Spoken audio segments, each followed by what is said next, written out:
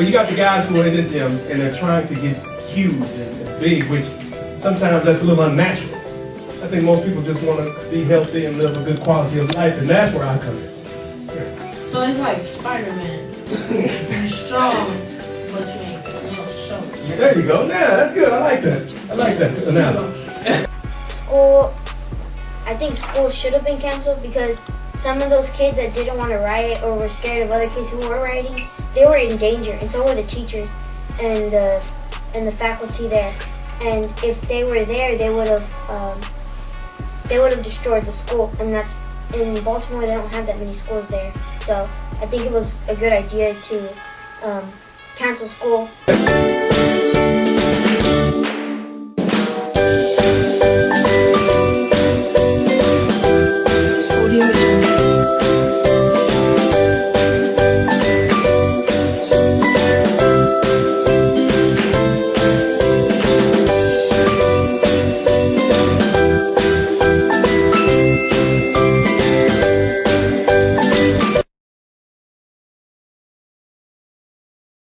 Now we're gonna talk about the British boxer. Ashley, I mean, he was dope, man. You know what he was saying was, no matter where he came from, he was born out of country. So where he's from, he's everywhere. He's a premier fighter there. You know, he's in sports magazines, GQ, etc.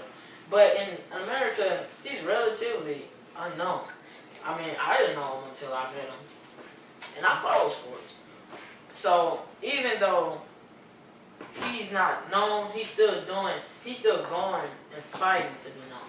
And also, what Ash was talking about, he didn't come from like already being known, already having everything laid out.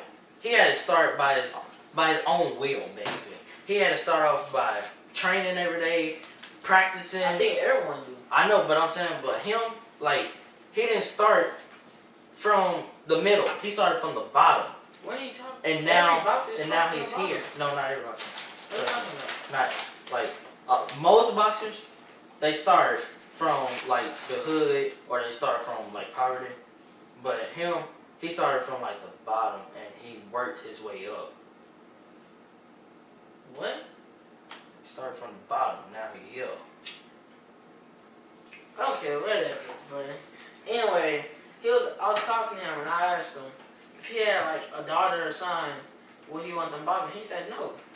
It's too hard. They'll have to do too much. And I was thinking, man, that really gets you thinking about how difficult it was. Because most parents they'll say, well, my kids have it too nice or they're too good. But for him to say that he didn't want his children doing it, that really goes to show how hard it was for him. That is also true. Because Ash, he could have been doing something else that is very negative, as of going robbing stores or gang banging on the streets or doing something that most boxers had the chance to do, but he didn't do it because he knew what was right for him. He knew what he had to do to be successful. What? What do you mean, what? Your last thing that makes no sense. What Ash was doing, he wanted to be a successful boxer, so he stayed on the straight and narrow. Okay. You know, he actually could have went to college. And when he decided not to go to college and continue being boxing, that shows you how much he loved and how much he was into boxing. That just really goes to show boxing is his life. Boxing is life.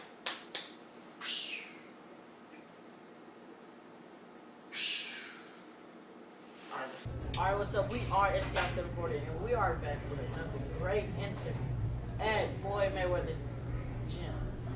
And right here, we got AshleyTheopane. That's my name. Are you British? I'm from London, yes.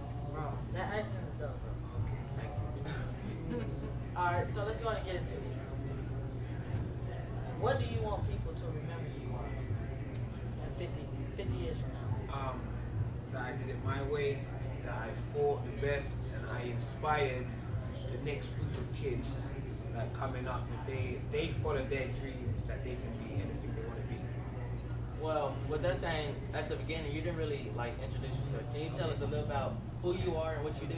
Okay, cool. I'm AshleyTheopane. I'm from London, England. I am a professional boxer. I've been a professional for 12 years. I have 38 wins with 6 losses. I've been British champion and I've been international champ 3 times. I've fought all over the world, from Germany to Luxembourg, St. Lucia, America, and England. So I've been all over the world fighting and winning. Okay. I agree. Say boxing. Boxing.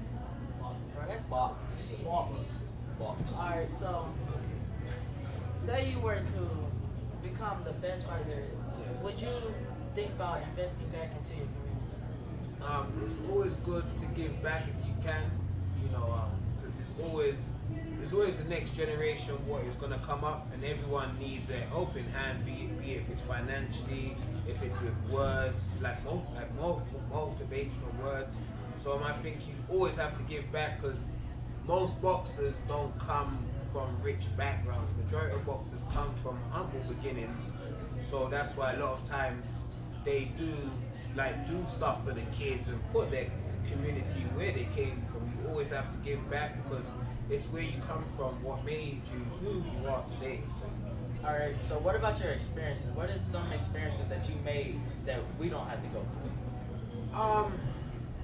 See, for me, if I could, like me, I never want my kids to be like boxers, because for me, it's been a hard journey to get to where I am now. Like I'm doing very well now, but it took years and years and years of like believing myself when I wasn't making no money, but I still had to believe that one day I'm gonna make some money, I'm gonna be a champion, I'm gonna see better days. So I think it's always hard, and whatever you do, if you want to be a lawyer, a doctor, a sportsman, a rapper, you're always gonna have days where, you know, you're feeling down and you feel that it's never gonna happen. Like you could look at like Kanye West, you know, like he went through like hard times until he became a superstar. So I think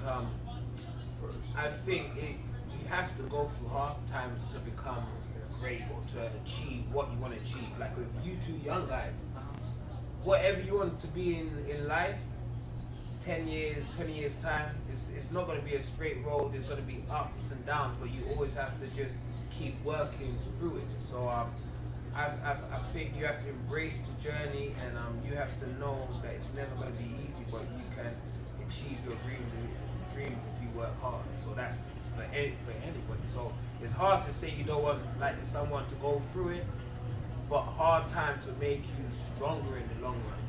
So you said about the ups and downs. What are some of the ups and downs that you faced? Ups and downs for me was like when when I couldn't get the big fights that I wanted to, when like some promoters, they wouldn't give me the opportunity to showcase my skills and my talent. And for me being a boxer, like that was at that time, that was my main source of revenue. So if you're not boxing, you ain't making no money. But now, see, I'm from London, England, but now if you go back home to where I'm from, I'm in all magazines, be it it's GQ, like Esquire, sports magazines, like I'm in loads of magazines, I'm on vitamin boxes, or you say vitamin, sorry. So, so for me, the hard times and just keep going is paid off, because now I've got companies what endorse me now, and they put me on their like brands because they believe in my talent. So they believe in me now the way that I used to believe in me for years.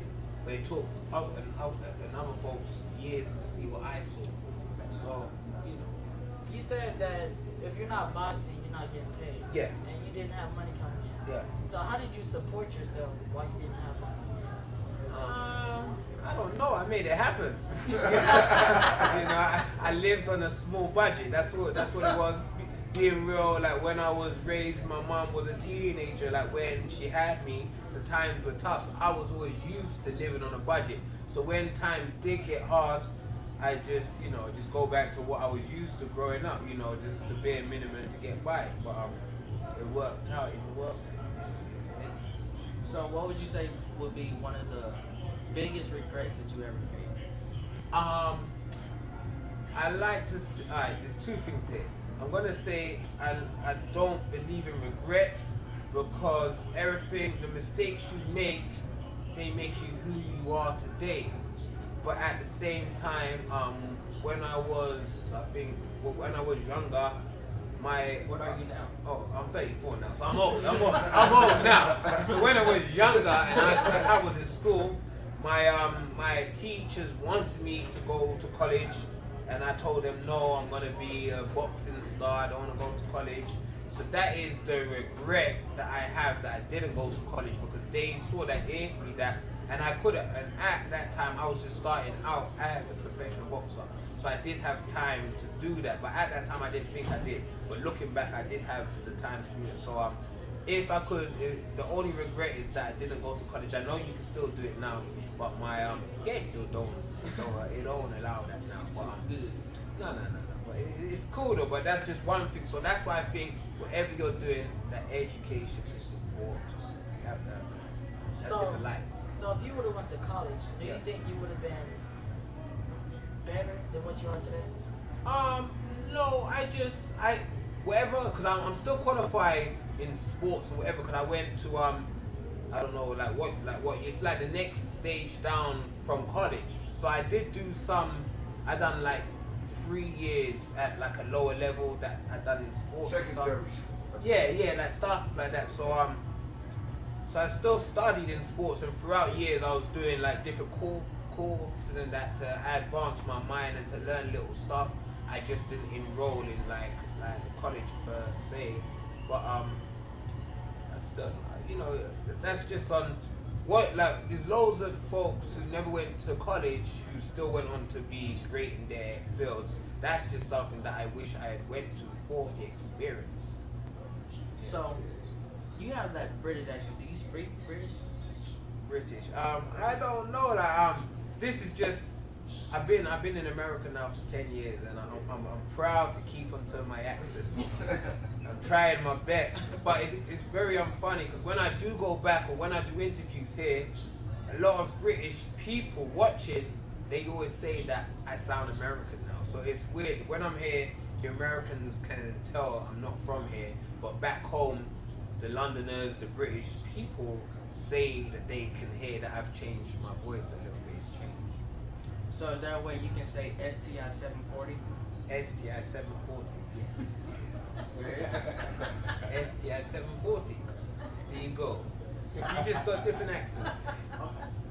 Well, that's all I have. That's all I Yeah. got. Well, thank you very much for this. I enjoyed it. Thank you for this interview.